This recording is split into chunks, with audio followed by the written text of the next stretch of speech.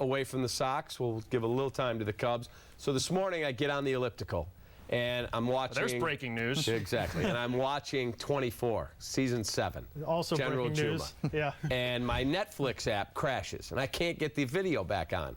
So all I've got on my iPad to watch are some old movies like 30 for 30s.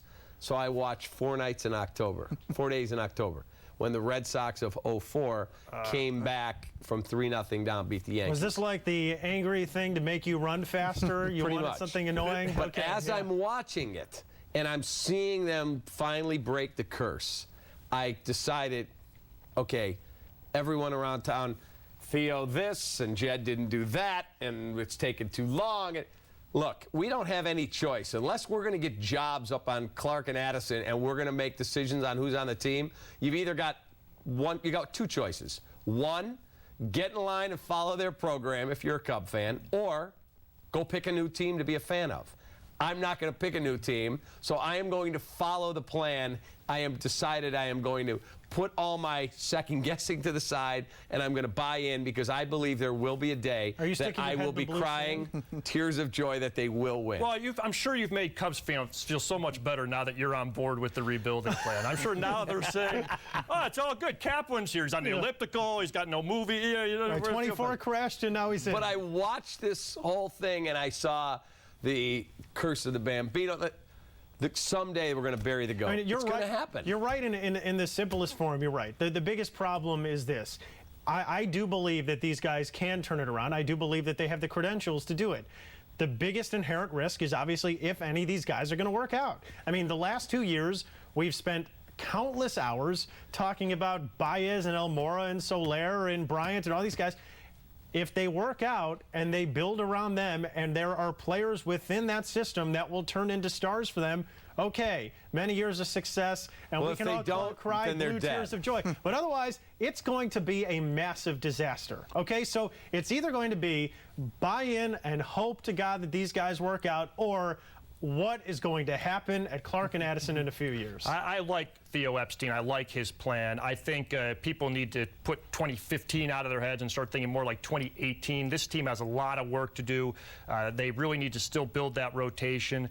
But, hey, it's a good plan. I understand 2018, you're a little too out there for me. Why is it that far? I think... You think they're 2 years away from being a World Series team? No. Well, that's 2015. We're in 2013 right now. I think that they'll be contending in 16. They have a lot of work to do. I'm not saying it's impossible, but they're going to have to hit on just about every decision they make between now and then if they want to win. Hold on a second. Did you miss the breaking news? That the Daytona Cubs won the championship? That's exactly right. Yeah. They're the Florida State League champs. Okay, when are those guys going to be in the majors? Well, Chris Bryant's there, and I say Chris Bryant is up end of next season, possibly. Okay, so you're assuming that if they're going to win in 2016, they're going to be at their peak right away. They come into baseball, they're already hitting 35, 40 Baez is there in 14. Bryant's there. But it takes a few years 15. to become a real player in baseball. You don't just all of a sudden start hitting unless you're Mike Trout or Manny Machado. It takes a while. Why can't we have a Mike Trout? Why does everyone else have a Mike Trout? You know what? Don't? Get back on the elliptical and figure it out tomorrow morning. But you know what, though? Maybe Javier Baez is Mike Trout. I mean, is that so crazy to suggest? The guy hit 36 home runs or whatever it was in Double-A, between single and Double-A this year.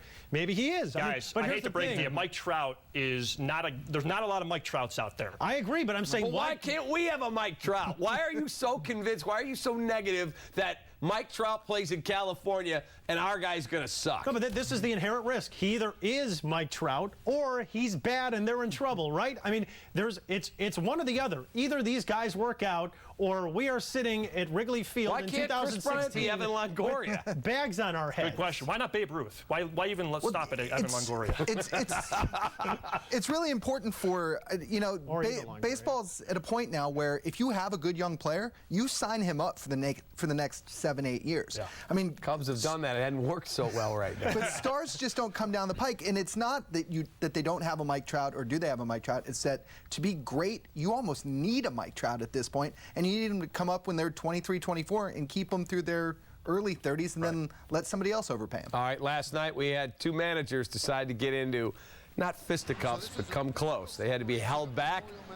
Buck Showalter, tough guy when he's got 3 umpires and 4 coaches there to hold him back against Joe Girardi. Joe Girardi would have absolutely killed this guy. This umpire should be named Man of the Year in baseball. Joe Girardi would have pummeled him to a pulp. You're so wrong.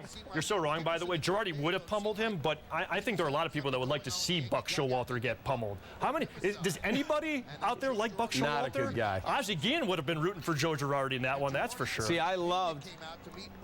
Here's the boxing tale of the tape. Smoking Joe against Bruising Buck. And you take a look at the age, there's the height, there's the weight. We don't have the reach. We couldn't quite We also don't have, like, percent body fat. Joe Girardi's, what, 1%? Oh, it's insane. Guy is in unbelievable shape. I want forearm circumference, because I'm guessing Girardi's, what, 3 times as big, probably? Oh, it's got to be. Now, the best scene of it all was when Girardi goes to the other end of the dugout and he folds his arms and he's letting the third base. Here he goes. Watch him. He lets the third base coach, in a discreet manner, know that he thinks he is stealing signs. Fold the arms, Joe. And now Buck says, "You don't go talk to my coach." And here it goes. I loved it. All over just I am a huge Girardi guy. All over just stealing signs. Joe Girardi's a guy who looks like he needs an off season. He needs a nice long vacation to relax a little bit. Stealing signs, he's going to get all crazy like that? Managers fighting is like that scene in Anchorman when the public news team shows up. Yeah. Like, come on, seriously, you're going to have the managers fight? I loved it. It was enjoyable. And that game was more meaningful for the Orioles than it was for the Yankees. I mean, you know, you see the standings, the Orioles are more in it than the Yankees are. They're probably the team that doesn't need the distraction. Yanks are 3 back of the second wild card. All right, let's talk a little bit about our friend John Greenberg over at ESPN Radio. He is also a diehard Pittsburgh Pirates fan.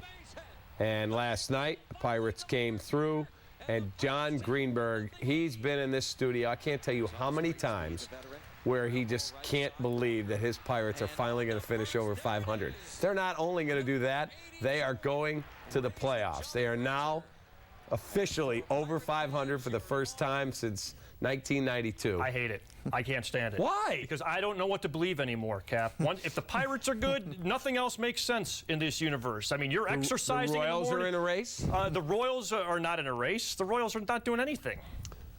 They're 4 out of the wild card, you goof. They're not going to win the wild card. But they're in the race. Oh, come on. The Pirates, I don't like. The Indians are in the race, and Pedro Serrano isn't even on the team. What were the Cardinals 2 years ago in La Russa's final year? What were the Cardinals with 2 weeks ago? They were like 6 back. You want to make a bet that the Royals? I'll bet you right now that the Royals do not make the postseason. You're I wouldn't take probably that right. Cap.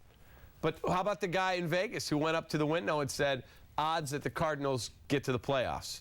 And they gave him like 250 to 1. He goes, odds that they win the World Series. They gave him 999 to 1, and he won insane money.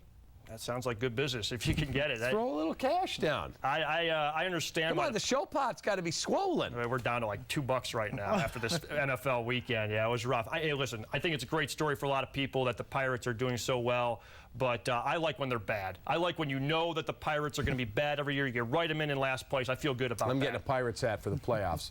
All right, we'll go back to the NFL. Chip Kelly's offense debuted last night. Boy, was it fast.